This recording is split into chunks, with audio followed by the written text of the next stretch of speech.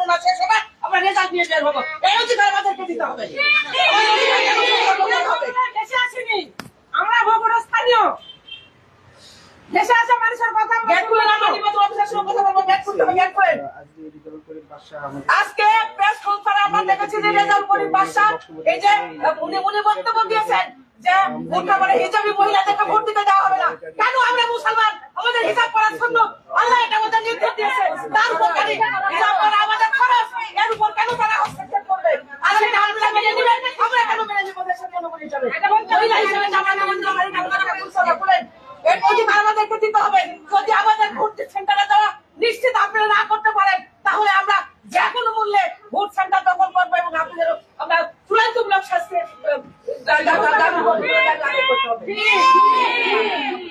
আমাদের পর্দার মান ক্ষুণ্ণ করা হয়েছে মুসলমান মহিলা হিসেবে, এটা আপনাদেরকে বুঝতে হবে।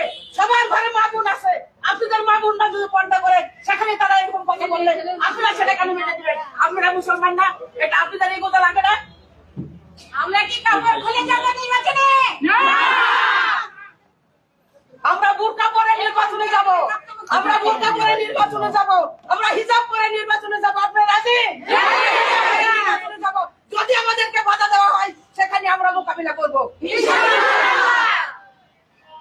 বাদশা এরকম কথা বলার সাহস কোথা থেকে পায়?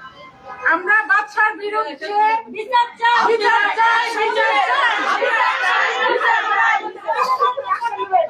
আমাদেরকে শান্ত করতে হবে, আমাদেরকে বলতে হবে, আমাদেরকে আশ্বাস দিতে হবে যে হ্যাঁ আমরা এর ব্যবস্থা নিব।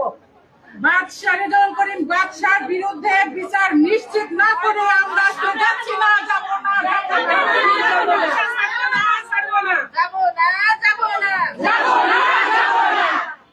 নিরাপদ সেন্টার চাই, নিরাপদ সেন্টার চাই, নিরাপদ সেন্টার চাই, নিরাপদ সেন্টার চাই, সেন্টার চাই, সেন্টার চাই, নিরাপদ সেন্টার চাই, সেন্টার চাই, সেন্টার চাই, নিরাপদ সেন্টার চাই, নিরাপদ সেন্টার চাই, সেন্টার চাই, সেন্টার চাই। আমরা ভোটে সমান অধিকার চাই। আমরা দেশের নাগরিক হিসাবে এটা আমাদের প্রাপ্য অধিকার। আর মহিলা হিসাবে হিজাব পরা, পর্দা পরা এটা আমাদের আল্লাহর নির্দেশ। অতএব উনি একেবারে রেজাউল করিম বাদশা এখন বলতেই পারে না যে হিজাব পরা মহিলা তাকে পাওয়ার দিল কে?